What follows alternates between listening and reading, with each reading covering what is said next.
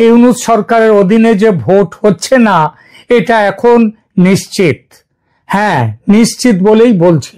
Vote হবে caretaker সরকারের অধীনে এবং সেই সরকার শাসনভার হাতে নেয়ার আগেই চলে যেতে হবে ডক্টর মোহাম্মদ ইউনূসকে।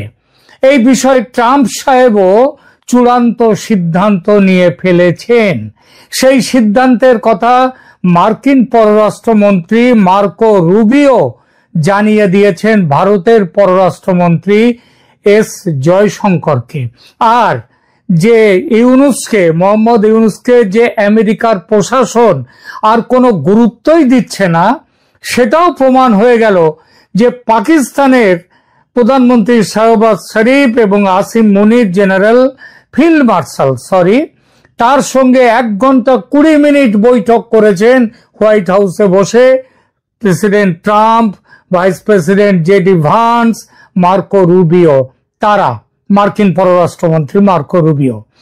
তো কিন্তু ইউনূসের সাথে 1 মিনিটের জন্য তারা দেখা করেননি এবং তারা ইউনূসকে সময় দেননি। ইউনূস নিজে চেষ্টা করেছেন, তার যে লবিং ফার্ম তারা চেষ্টা করেছে, তাতেও কোন রকম ডাল গলেনি।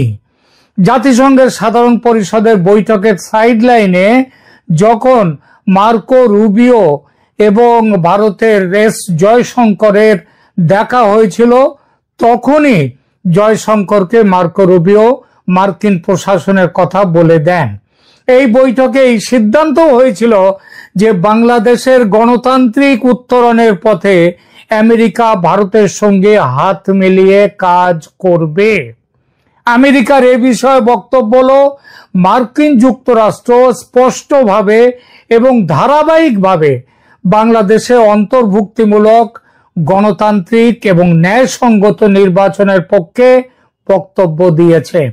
সকল বাংলাদেশীর জন্য একটি অন্তর্ভুক্তিমূলক অর্থাৎ সব দলকে নিয়ে ভবিষ্যৎ নিশ্চিত করার গুরুত্বের ওপর জোর দিয়ে এসেছে আমেরিকা। এই অবস্থান শেখ হাসিনার আমল থেকে শুরু করে বর্তমান অন্তর্বর্তীকালীন সরকার পর্যন্ত ধারাবাহিক রয়েছে। মাঝখানে এমন একটি ভাবনা দানা বেঁধেছিল যে শেখ হাসিনার পতন ঘটেছে যে আমেরিকার চক্রান্তে, সেই সরকারকে বাইরে রেখে, মানে শেখ হাসিনার সরকারকে বাইরে, সরকার নয় তার দলকে, শেখ হাসিনাকে বাইরে রেখে ভোট করাতে চায় আমেরিকা। কিন্তু বর্তমানে আন্তর্জাতিক চাপ এতটাই প্রবল যে অন্তর্ভুক্তিমূলক নির্বাচনের পক্ষে আসতে হয়েছে মার্কিন যুক্তরাষ্ট্রকে এবং মার্কো রুবিও সেটা স্পষ্ট করে জানিয়ে দিয়েছেন জয়শঙ্করকে। আর বাংলাদেশের ভোট নিয়ে ভারতের যে অবস্থান সেটা তো স্পষ্ট। Free, fair and inclusive election বা মুক্ত, স্বচ্ছ, সমস্ত দলের অংশগ্রহণে একটি নিরপেক্ষ নির্বাচন চায় ভারত। এরকম নির্বাচন কখনো ইউনূসের মতো একজন দলীয় শাসকের অধীনে হতে পারে না। সুতরাং ভোট ঘোষণার আগে ইউনূসকে চলে যেতে হবে এবং যেতেই হবে। আন্তর্জাতিক গণমাধ্যমের প্রতিবেদন অনুযায়ী 2026 সালের ফেব্রুয়ারিতে নির্বাচন অনুষ্ঠানের ঘোষণা সত্ত্বেও নির্বাচন কমিশন যে চুপ রয়েছে, কিছু বলছে না, তার পেছনে এটাও একটা কারণ। ইউনূস সরকার কবে যাবেন? ইউনূস সরকারের টিকে থাকার বিষয়ে তাই ক্রমাগত সন্দেহ দেখা দিচ্ছে। আন্তর্জাতিক গণমাধ্যমের বিশ্লেষণ অনুযায়ী ইউনূসের নিরপেক্ষতা নিয়ে গুরুতর প্রশ্ন উঠেছে। দ্য ডিপ্লোম্যাটের প্রতিবেদনে উল্লেখ করা হয়েছে যে এনসিপি বা ন্যাশনাল সিটিজেন পার্টি প্রকৃতপক্ষে ইউনূসের নিজের প্রতিষ্ঠিত রাজনৈতিক দল, যে জন্য এই দলকে কিংস পার্টি হিসেবে এখন পরিচিত। এই দলটি যে শুধুমাত্র 3 মাসের পুরনো এবং সারা দেশে এর মাত্র 1 ডজনেরও কম কমিটি রয়েছে, তবুও এর প্রত্যক্ষ বিশেষ সুবিধা মতো প্রবেশ অধিকার রয়েছে প্রধান উপদেষ্টা ও অন্যান্য উপদেষ্টাদের কাছে। সরকার চালাতে বড় ভূমিকা নিচ্ছে এই দল। আল জাজিরা এবং রয়টার্সের প্রতিবেদনে জানানো হয়েছে যে ইউনূস 2025 সালের মে মাসে পদত্যাগের কথা ভেবেছিলেন এবং বলেছিলেন। তিনি এনসিপি নেতাদের বলেছিলেন যে পরিস্থিতি এমন যে তিনি কাজ করতে পারছেন না, তাই বিদায় নিতে চান। সে কথা ফলাও করে প্রচারও করা হয় এই দলের পক্ষ থেকে। তারপর ইউনূস সিদ্ধান্ত যেটা পাল্টান, সেটাও এই দলেরই অনুরোধে। স্পষ্টতই এটা ছিল একটা গট আপ গেম, এবং একটা কথাই ক্রমে স্পষ্ট হয়ে উঠছে যে ইউনূস ক্ষমতা ছাড়তে চান না। আর এজন্যই আওয়ামী লীগের পদচ্যুত শেখ হাসিনা বলেছেন যে ইউনূসের অধীনে নির্বাচন কখনো নিরপেক্ষ হতে পারে না। বিবিসি এবং আল জাজিরার মতে সেনাবাহিনীর সাথে ইউনূস সাহেবের সরকারের সম্পর্ক ক্রমশ খারাপ হওয়াটাও ইউনূসের ক্ষমতা থেকে বিদায় নেয়ার একটা বড় কারণ। শেখ হাসিনার সঙ্গে ফোন আলাপের পর থেকে সেনাপ্রধান জেনারেল ওয়াকারুজ্জামান আরো অ্যাক্টিভ হয়ে উঠেছেন। তিনি স্পষ্টভাবে বলেছেন যে নির্বাচন ডিসেম্বরের মধ্যে করতে হবে, আর ইউনূস চলে গেলে নির্বাচন কমিশন কিন্তু সেটাই করবে, অর্থাৎ ভোট এগিয়ে এনে ডিসেম্বরেই করে নিতে পারে ভোট। ইউনূস এবং ওয়াকারের ভেতরকার এই ঠান্ডা যুদ্ধ পরিস্থিতি ইউনূসের সরকারকে আরো নাজুক করে তুলেছে, এবং ইউনূসের সরে যাওয়ার দাবি ক্রমেই জোরালো হচ্ছে, এবং চলে তাকে যেতেই হবে এই অক্টোবরের মধ্যেই, যাতে ডিসেম্বরে ভোট করা যায়। এই দাবিকে প্রতিষ্ঠা দিচ্ছে কেয়ারটেকার সরকার ব্যবস্থা নিয়ে বাংলাদেশের রাজনৈতিক দলগুলির অবস্থান। এই দলগুলি কেয়ারটেকার সরকার ব্যবস্থার সমর্থক ছিল এতকাল। আজ যদিও তাদের অনেকের অবস্থানের পরিবর্তন ঘটেছে, তাদের কেউ কেউ চাইছে ইউনূস ক্ষমতায় থাকলে তাদের রাজনৈতিক সুবিধা, সুতরাং ইউনূসের নেতৃত্বে হোক নির্বাচন। কিন্তু পুরনো দাবির ভূত যে ছাড়ছে না তাদের।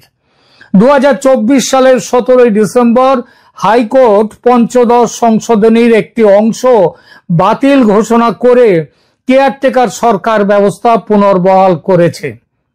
আদালত তার রায়ে বলেছে যে কেয়ারটেকার সরকার ব্যবস্থা বিলুপ্ত করা সংবিধানের মৌলিক কাঠামোর পরিপন্থী ছিল। 2024 সালের 17 ডিসেম্বর বিচারপতি ফারাহ মাহবুব এবং বিচারপতি দেবাশিস রায় চৌধুরীর হাইকোর্ট বেঞ্চ পঞ্চদশ সংশোধনীর 20 ও 21 ধারা অসাংবিধানিক ও বাতিল ঘোষণা করেছে। আদালত তার রায়ে বলেছে যে কেয়ারটেকার সরকার ব্যবস্থা বিলুপ্ত করা সংবিধানের মৌলিক কাঠামোর বিরুদ্ধে এবং গণতন্ত্র, অবাধ ও সুষ্ঠু নির্বাচন এবং বিচার বিভাগীয় স্বাধীনতাকে ক্ষুণ্ণ করেছে।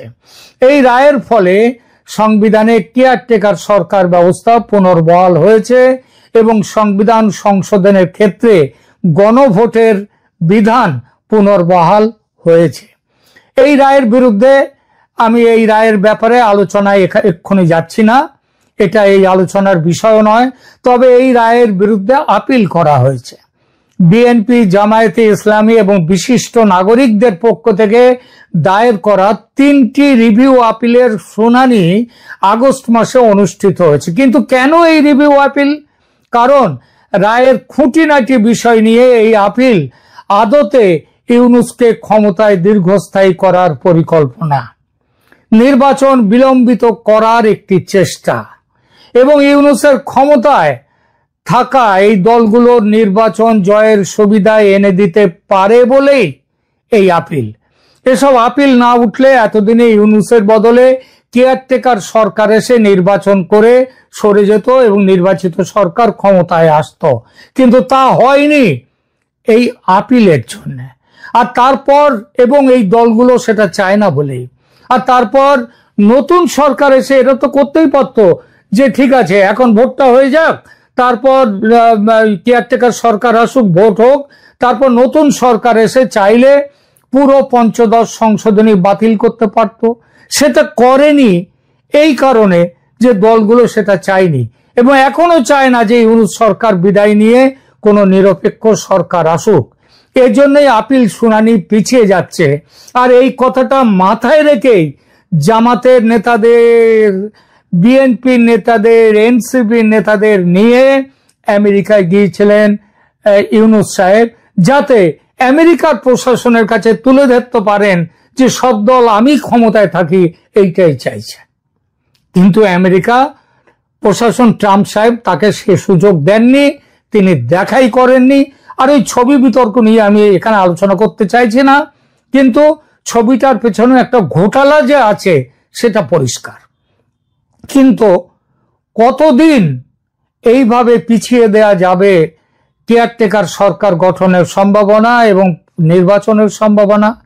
কারণ নির্বাচন যে কোনো এই দলীয় সরকারকে দিয়ে হবে না, কেয়ারটেকার সরকার চাই, এইটাই তো হাইকোর্টের এখনকার বিচার। এবং সেটা যতদিন না সেটা সুপ্রিম কোর্ট বাতিল করছে, ওই বিচারটা স্ট্যান্ড করছে। ফাইন্যান্সিয়াল টাইমস ইউনূসকে বাংলাদেশের অন্তর্বর্তীকালীন সরকার প্রধান হিসেবে উল্লেখ করলেও তার যে সাংবিধানিক অবস্থানের দুর্বলতার কথা তারা কিন্তু স্বীকার করতে বাধ্য হয়েছে।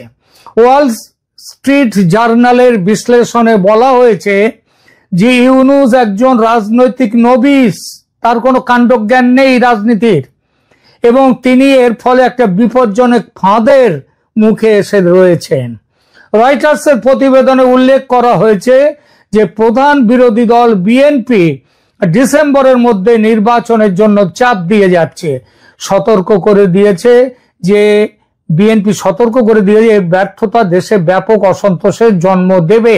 তারা একদিকে এটা বলছে, আবার আর একদিকে চাইছে ইউনূস থাকুন ক্ষমতায়। কি অদ্ভুত বৈপরীত্য ভাবুন। সরকারের সাংবিধানিক ভিত্তি দুর্বল থাকায় এই চ্যালেঞ্জ আরো জটিল হয়ে উঠেছে। আন্তর্জাতিক গণমাধ্যমের বিশ্লেষণ অনুযায়ী মোহাম্মদ ইউনূসের সরকার আজ গুরুতর চ্যালেঞ্জের মুখে। কেয়ারটেকার সরকার ব্যবস্থার আইনি পুনর্বহালের পর থেকে তার অবস্থান আরো দুর্বল হয়েছে, কারণ এটি নিরপেক্ষতার প্রশ্নে তার নৈতিক ভিত্তিকে চ্যালেঞ্জ করছে। সেনাবাহিনীর চাপ, প্রধান রাজনৈতিক দলগুলোর দাবি এবং এনসিপির কিংস পার্টি হিসেবে ভূমিকা, এই সব কিছু মিলে এক জটিল পরিস্থিতি তৈরি করেছে ইউনূস সরকারের সামনে, যা তার টিকে থাকার সম্ভাবনাকে ক্রমশ কম করে দিচ্ছে। হাইকোর্টের গুরুত্বপূর্ণ রায়ের পর কেয়ারটেকার সরকার বিষয়ক আইনি পরিস্থিতি জটিল হয়ে উঠেছে, এটা বলাই বাহুল্য। 2024 সালের 17 ডিসেম্বর হাইকোর্ট এই পঞ্চদশ সংশোধনীর যে একটি অংশ বাতিল করে কেয়ারটেকার সরকার ব্যবস্থা পুনর্বহাল করলেও ওই রিভিউ পিটিশনগুলো দায়ের করার ফলে সেটা কার্যকর করা যায়নি। এই পিটিশনের মূল দাবি হচ্ছে পুরো পঞ্চদশ সংবিধান সংশোধনী বাতিল করা, সেটা পরে করা যেতেও, কিন্তু এই দাবির প্রধান রাজনৈতিক কারণগুলো ছিল নির্বাচনে নিরপেক্ষতা, তাহলে এর দ্বারা প্রতিষ্ঠিত হবে কেয়ারটেকার সরকার এলে। বিএনপি ও জামায়াত দাবি করেছে 2014, 2018 এবং 2024 সালের নির্বাচনগুলো প্রমাণ করেছে যে রাজনৈতিক সরকারের অধীনে সুষ্ঠু নির্বাচন অসম্ভব, তাই ফিরে আসুক কেয়ারটেকার সরকার। কিন্তু ইউনূস সরকার তো নিজেকে প্রমাণ করে দিয়েছে সে একটা রাজনৈতিক সরকার এবং তার আমলে সুষ্ঠু নির্বাচন হওয়া অসম্ভব। তাহলে কেন তার পদত্যাগের দাবিতে এই রাজনৈতিক দলগুলো এখন সরব হচ্ছে না? 2 নম্বরে আসি। এরপরে তারা যুক্তি দিয়েছিল যে কেয়ারটেকার সরকার ব্যবস্থা গণতন্ত্রকে শক্তিশালী করে, দুর্বল করে না। তাই যদি হয় তাহলে এখন কেয়ারটেকার সরকার দ্রুত স্থাপনের জন্য তারা কেন কোনো কথা বলছে না? আর শুনুন, আর এই যে তারা কেয়ারটেকার সরকার চাওয়ার পেছনে আইনি কারণ ছিল 2011 সালের রায়টি ঘোষণার 16 মাস পরে স্বাক্ষরিত হয়েছিল, রায় বেরিয়েছিল স্বাক্ষরিত হয়ে, যার আইনি বৈধতা নিয়ে প্রশ্ন উঠেছিল এবং তারা তুলেছে। মৌলিক কাঠামো, কেয়ারটেকার সরকার ব্যবস্থা সংবিধানের মৌলিক কাঠামোর অংশ এবং এটা বাতিল করা অসাংবিধানিক, এটাই হচ্ছে তাদের কথা। 3 নম্বর, রায়ের বিরোধিতা করতে গিয়ে তারা 2011 সালের সংক্ষিপ্ত রায়ে 2টো নির্বাচন কেয়ারটেকার সরকারের অধীনে করার নির্দেশ ছিল, কিন্তু পরে ফাইনাল যে অর্ডার পূর্ণ রায়ে এই উল্লেখ ছিল না। কিন্তু একটু ভাবলে বোঝা যাবে বাংলাদেশের বর্তমান পরিস্থিতিতে এসব কথাগুলো হচ্ছে কসমেটিক চেঞ্জের দাবিতে আপিল করা হয়েছে। যে এসবগুলো আসলে কোনো বড় কোনো কারণ নয়। আপিল হয়েছে ইউনূসের সঙ্গে দলগুলোর বোঝাপড়ার দরুন। এই বোঝাপড়ায় আছেন দেশের প্রধান বিচারপতিও। সুপ্রিম কোর্টের আপিল বিভাগ প্রধান বিচারপতি সৈয়দ রেফাত আহমেদের নেতৃত্বে 7 সদস্যের পূর্ণ বেঞ্চ 2025 সালের 26 আগস্ট শুনানি গ্রহণ করে। আদালত 21 অক্টোবর 2025 তারিখে চূড়ান্ত শুনানির দিন নির্ধারণ করেছে।